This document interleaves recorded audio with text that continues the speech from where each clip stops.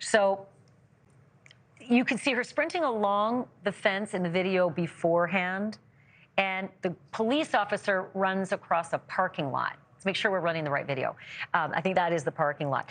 And then afterwards, this one's the one where I feel like we need Benny Hill music, and I don't say that lightly. I've read the comments in some of the postings. She falls off the fence and then like runs around a tree. It's just nuts. I know the clip is short. Unfortunately, it was made as a Snapchat, not as a lengthy post, so this is all we get. But you can see, like, there's this crazy kind of runaround. It's nutty. But if you put all three of the videos together, you kind of get a little bit more of the feeling of what the chase was like. So we've strung all three of the videos together. I'm going to tell the control room to play that one, where all three of the videos, the one you saw today, the long one, and then there is the one across the parking lot. And then there's the going up the fence with the handcuffs and then struggling. This is the passenger backseat view where she falls off the fence and then runs around the tree. Gives you a little bit more context for like how nutty this chase was. Once again, block and a half, dunno. 10 minutes, dunno. That's the official word from the police. But what I can tell you is that the woman who shot the video and gave it to KXAN in Austin is Teresa Rangel. And our Nancy Loo, the intrepid reporter that she is, was able to track her down. And she joins me now live. First of all, I can't believe you found her, and you got the extra videos, too. So take me into this story and talking to Teresa Rangel. And she must have been thinking, is this real? Is this a movie being shot? Like, what was she thinking?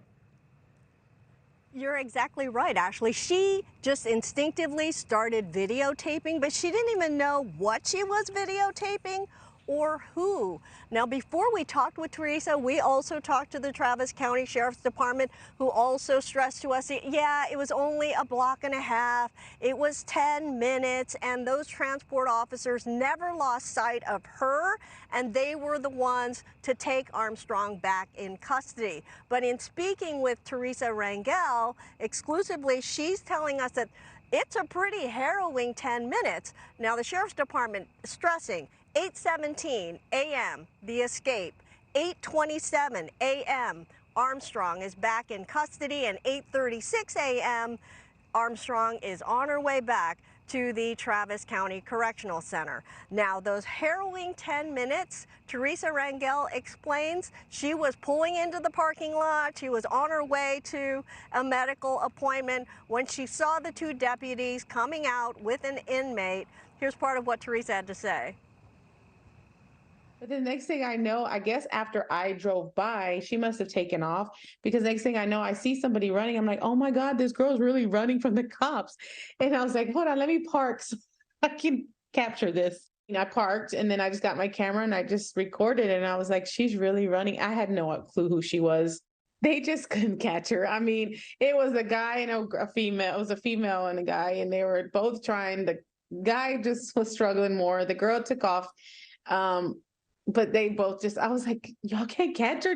She didn't even look like she was going that fast either. She wasn't going that fast either. So it was an area of a block and a half, but Ashleigh, the way Teresa explains it, it was a block and a half back and forth. And where we saw her climbing the fence, she came back down.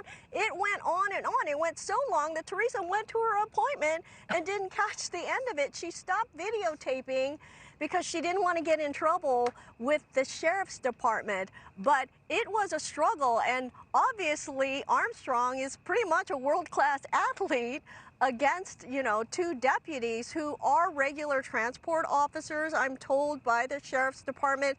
And you see in Teresa's video, the female officer, she stumbles and she falls, and that may be why there is the new felony charge of escape causing bodily injury. So not only is she facing first-degree murder, but this is a new felony count, Ashleigh.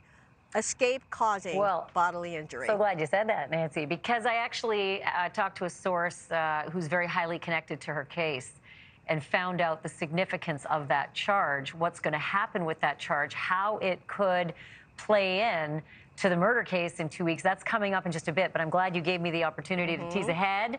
Great job finding her, Nancy. Excellent work. Thank you for that. Thank you for watching. Go to newsnationnow.com to find NewsNation on your television provider. And don't forget to click the red subscribe button below to get more of NewsNation's fact-driven, unbiased coverage.